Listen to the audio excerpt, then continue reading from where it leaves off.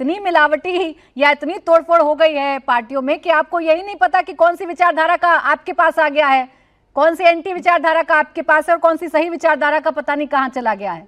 महाराष्ट्र में तो ये हो गया है ना समीर जी।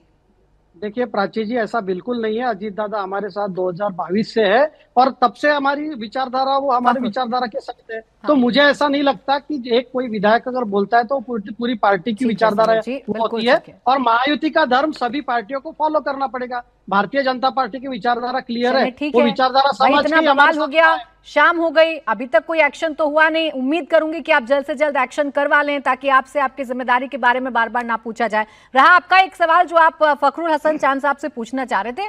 फखरुल साहब सीधा सवाल पूछ रहे हैं वो आपसे, मैंने भी कोशिश की थी, खैर जवाब नहीं आया था। यूसीसी पर हाँ या ना समर्थन देंगे कि नहीं? जी 10 सेकंड लूंगा। हाँ, 10 सेकंड बोले। 10 सेकंड नहीं 10 सेकंड लूंगा। उन्होंने बहुत सी बातें कही। माननीय उच्च न्यायालय ने एक सूची मांगी है जिन माफियाओं के नाम आप छुपा के रखना चाहते हैं, जिनको संरक्षण दे रखा है, उनकी लंबी चौड़ी सूची है। भारतीय जनता पार्टी के प्रवक्ता सुन लीजिए, अरे सुनिए, मैं नहीं बोला था बीच में। और आप क्या कह रहे हैं? आप समाजवादी पार्टी की सरकार में गुंडे थे। ये कौन है? ये कौन है? शरीफों की लिस्ट है जो हाईकोर्ट ने मान ली है आपसे उत्तर प्रदेश की कानून व्यवस्था संभल रही है नहीं रही है, और आप कह रहे हैं एनसीपी एक्शन लेगी। अरे आपके कहने से एक्शन लेगी? आपके अधीन है एनसीपी, आपके अधीन है एनसीपी, आपके कहने से एक्शन लेगी? उनका पक्ष तो आया नहीं, उनके साथ या नहीं है? तो आप बोल रहे हैं अरे गुंडे माफियाओं को संरक्षण दिया जा रहा है उत्तर प्रदेश में। रोज हत्या, लूट, बलात्कार की घटनाएं हो रही है, दलितों पे अत्याचार हो रहा है, पिछड़ों पे अत्याचार हो रहा है, अल्पसंख्यकों पे अत्याचार हो रहा है। आप बात करोगे? आप बात करोगे? अरे आप तो यूसीसी पे खुद नहीं एक मंच पे हो। एक राय आपकी नहीं है यूसीसी पे, आप हमसे हमारी राय पूछ रहे हो। अरे अपनी राय तो एक कर लो, पहले अपनी राय तो एक कर लो, गठबंधन के दलों की राय तो एक कर लो। वहां पे एक हो नहीं। फखरुल हसन चांद जी, देखिए ये सवाल जब भी यूसीसी पर बहस होती है तो आप लोगों से भी पूछा जाता है और आप माहिर हैं इस मुद्दे को घुमाने में, फिर से घुमा रहे हैं। मैं फिर कोशिश कर लेती हूँ।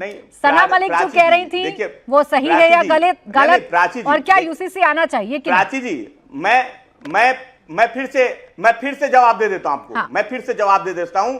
भारतीय जनता पार्टी अपने सहयोगियों को जो बात नहीं समझा पा रही है, आप उसका जवाब विपक्ष से लेना चाह रहे हैं। जिन सहयोगियों पे ये कह रहे हैं कि उनका दल उन पे एक्शन लेगा, अरे चले वो तो ना समझ, आप पहले पूछो तो समीर जी फखरुल हसन चांद जी, चले वो तो ना समझ है, आप तो उनको ना समझ मानते हैं, उनको फेल मानते हैं। सुन लीजिए फखरुल हसन चांद साहब, चले आप तो उनको ना समझ मानते हैं, उनको फेल मानते हैं, आप तो समझदार हैं, आपको तो सही गलत दिखता है। अब मुझे बता दें, सना मलिक ने जो कहा वो सही था या गलत था?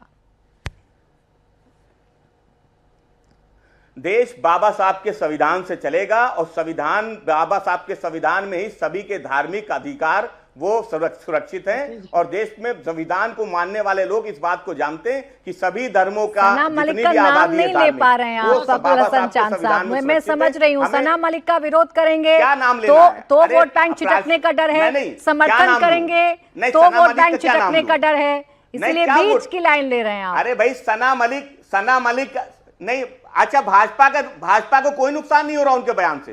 भाजपा वालों का जवाब देने के लिए तो भाजपा वाले बैठे हैं ना, आप अपनी पार्टी की बात कर रहे हैं। मैं उम्मीद कर रही थी आप सीधे खुले तौर पर सना मलिक पर अपना स्टैंड क्लियर करेंगे। खैर मेरे पास इतना ही वक्त था। बहुत शुक्रिया आप सभी का हमारे साथ आज की इस चर्चा में जुड़ने के लिए। मुकाबला में आज के लिए बस इतना ही।